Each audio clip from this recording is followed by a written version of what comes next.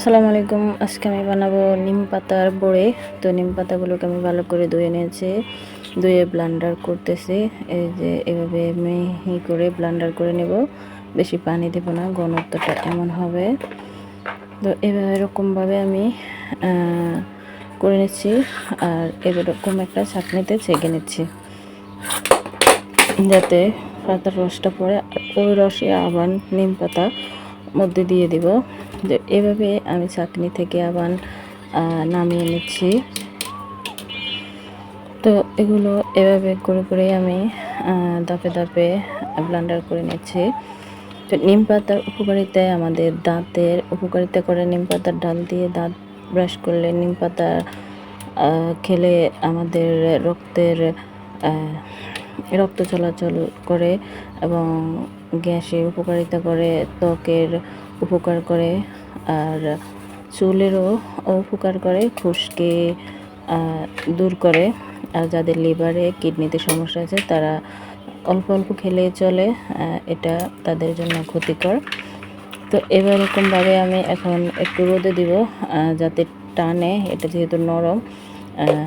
তো এরকমভাবে আমি এগুলোকে রোদে শুকোতে দেব।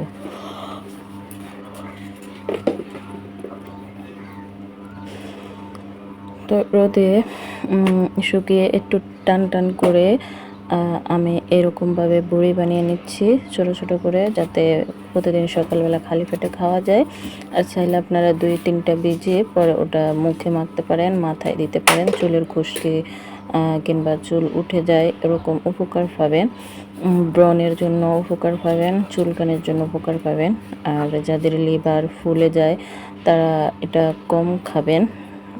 আর এরকমভাবেই আমি সবগুলো বড়ি বানিয়ে নিচ্ছি। তো বড়ি কীভাবে বানাচ্ছি দেখে বুঝছেন, আর আমি বানিয়েও দেখিয়ে দিব আপনাদেরকে।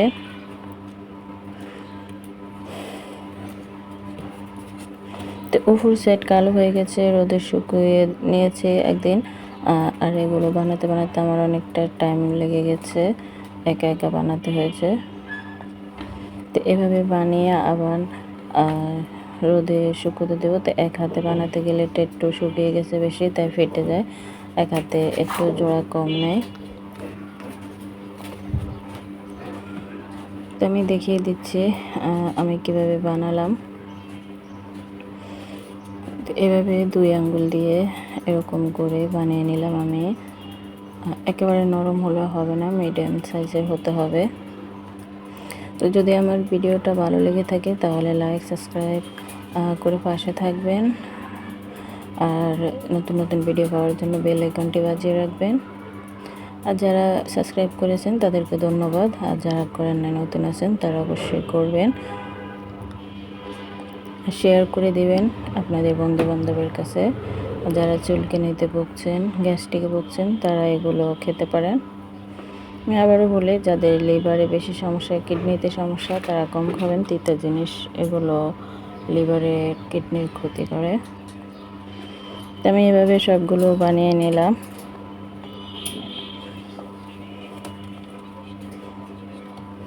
বানিয়ে আমি রোদে শুকিয়ে নিলাম 2-3 দিনের মতন। তারপর এই যে প্যাকেট করে রাখলাম।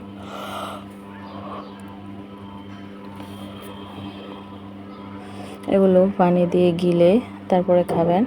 একটু খোসা খোসা লাগতে পারে, তো যদি কোনা টোনা হয়ে থাকে তাহলে কোনাগুলো একটু খোসায় গোল করে নেবেন। আর নরম করে ভেজে খেতে গেলে পরে তিতা লাগবে, খেতে ভালো লাগবে না। এরকম ছোট ছোট করে বানিয়ে পানি দিয়ে গিলে খাওয়া। আসসালামু আলাইকুম। ভালো